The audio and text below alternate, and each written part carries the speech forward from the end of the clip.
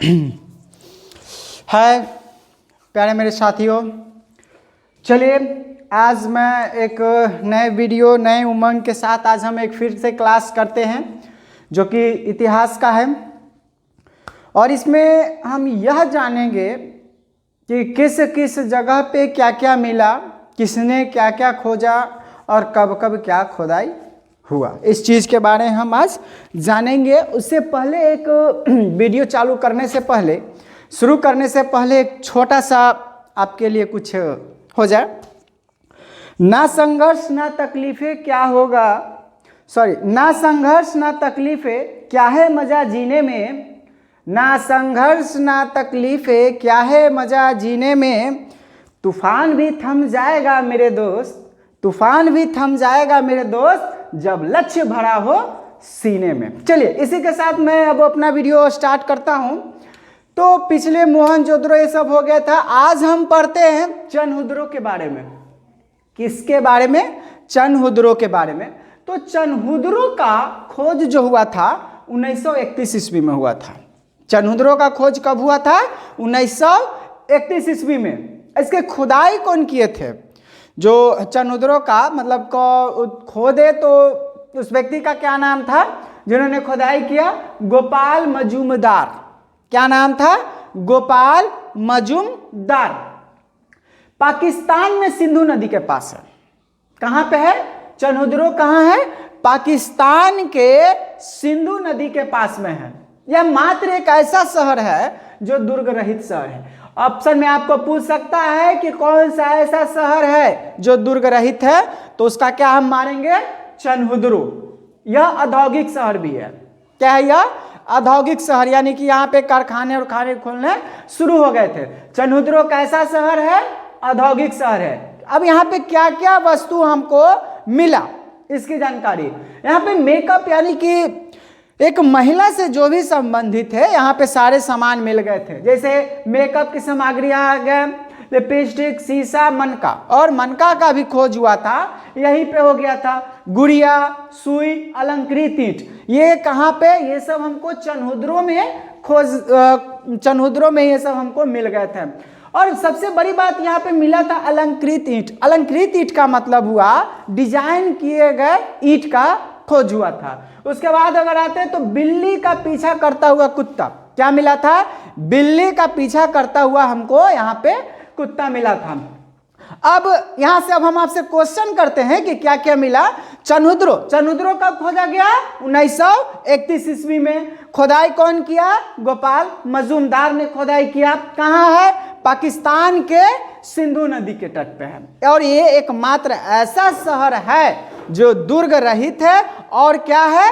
यहाँ पे औद्योगिक क्षेत्र भी शुरू हो गया था। क्या क्या वस्तु मिला? मतलब कि एक महिलाएं से संबंधित जो भी सारी वस्तुएं हैं ये यहाँ पे चनहुद्रो में मिला था। अब इसका खोज का याद रखिएगा, खोज का आसान ट्रिक है। कौन खोजा? सबसे आसान सा तरीका बता देते हैं चनहुद्रो में।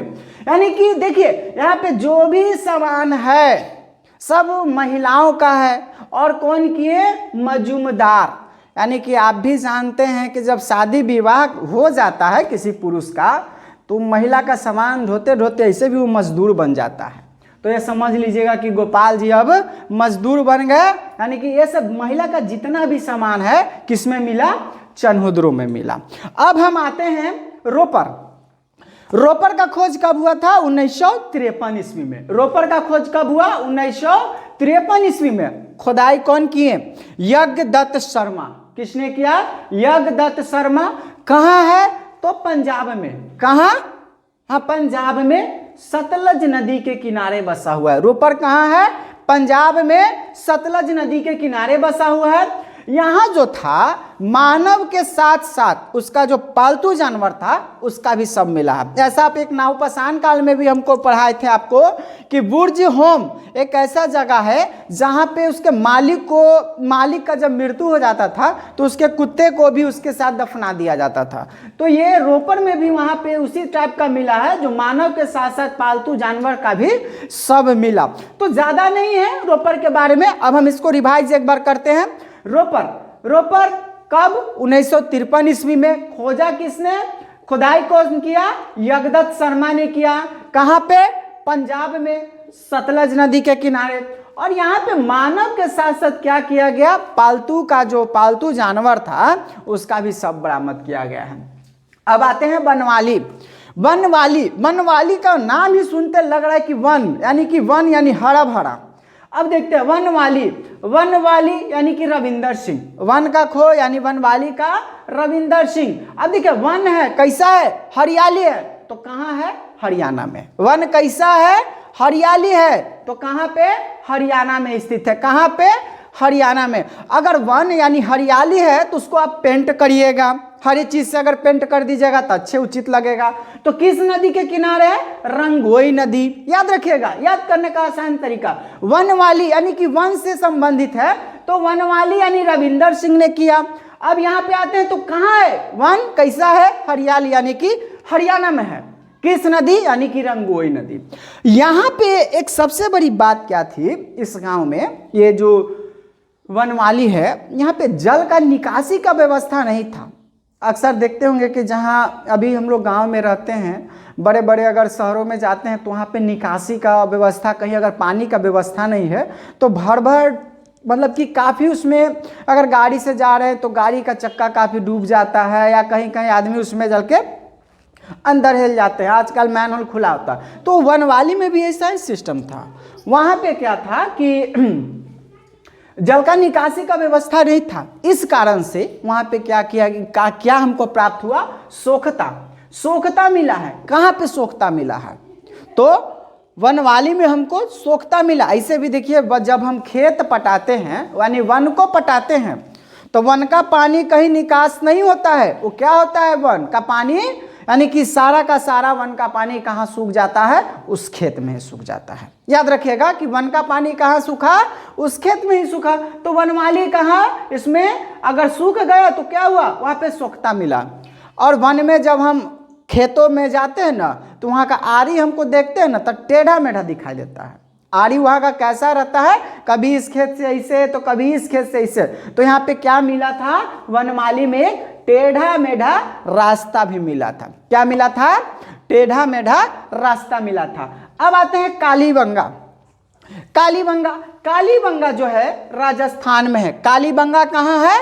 राजस्थान में। कालीबंगा राजस्थान में किस नदी के किनारे है? जो कि घग्घर नदी में है। ठीक है, घग्घर नदी। अब इसका अर्थ क्या होता है? कालीबंगा का अर्थ क्या होता है? काली मिट्टी की बनी हुई चूड़ी। कालीबंगा का अर्थ होता है काली मिट्टी की बनी हुई चूड़ी। यहां से अलंकृत ईंट हुआ है। यहां से क्या हुआ है? अलंकृत ईंट।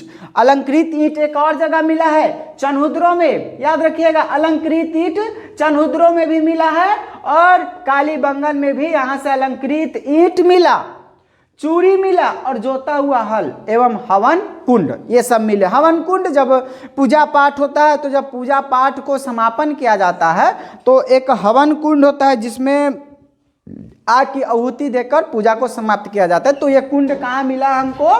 ये कालीबंगन में मिला है। अब इसका खोज कौन कौन किया?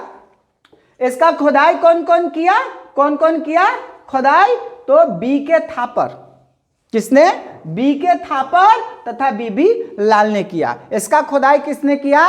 बीके थापर तथा बीबी लाल ने किया। बस आज देख लीजिए, इतना ही है। अब हम अगले क्लास में आपको और भी बहुत सारी अच्छी जानकारी देंगे। इससे पहले हम अपने क्लास को वीडियो को बंद करने से पहले मैं आपको एक बार रिवाइज करा देना चाहता हूं कि देखिए, चनहुद्रों का खोज कब हुआ? 1931 ईस्वी में। खुदाई कौन? गोपाल मजूमदार। कहाँ है? पाकिस्तान में, सिंधु नदी में। और यह एकमात्र ऐसा शहर है जो कि दुर्ग रहित है और औद्योगिक शहर भी है। कौन कौन सी वस्तु मिली? मेकअप की सामग्री मिला, लिपस्टिक, शीशा, मनका, गुड़िया, सुई, अलंकृत ईंट। और तो साथ साथ क्या मिला? बिल्ली का पीछा करता हुआ कुत्ता भी मिला है। अब रोपड़ में आते हैं 1953। रोपड़ 1953। खुदाई कौन किया? यज्ञदत्त शर्मा।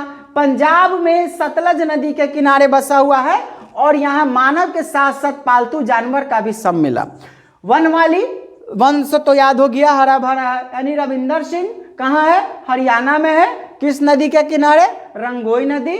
जल के निकासी की व्यवस्था नहीं थी, जिस कारण से यहाँ पे क्या मिला है? सोख्ता मिला है। और सड़क कैसी थी यहाँ की? टेढ़ी मेढ़ी थी। कालीबंगन यानी कि कहाँ है? राजस्थान में, जिसका अर्थ क्या होता है? काली मिट्टी की चूड़ी। यहाँ लंकृत ईंट, चूड़ी, जोता हुआ हल एवं हवन कुंड मिले हैं। और खुदाई किसने किया इसका? बीके थापर और बीबी लाल ने। तो यह आपको वीडियो कैसा लगा आप हमको बताइएगा। उससे पहले मैं एक छोटा सा शायरी, आते समय भी मैंने आपको एक शायरी सुनाई और जाते समय भी, वीडियो का अंत करते हुए भी शायरी सुनाता हूं। अगर अच्छा लगे तो बताइएगा। बिन बूंदों बारिश का एहसास कैसा होगा? बिन बूंदों के बारिश का एहसास कैसा होगा? जुनून हो दिल में जिसके, जुनून हो दिल में जिसके, वो हताश कैसा होगा? चैनल के इस पढ़ाई का माहौल कैसा है? इस चैनल के इस पढ़ाई का माहौल कैसा है? बिना लाइक सब्सक्राइब हमें यह एहसास कैसा होगा? इसलिए आपको जो मर्जी आए वो कीजिए। धन्यवाद।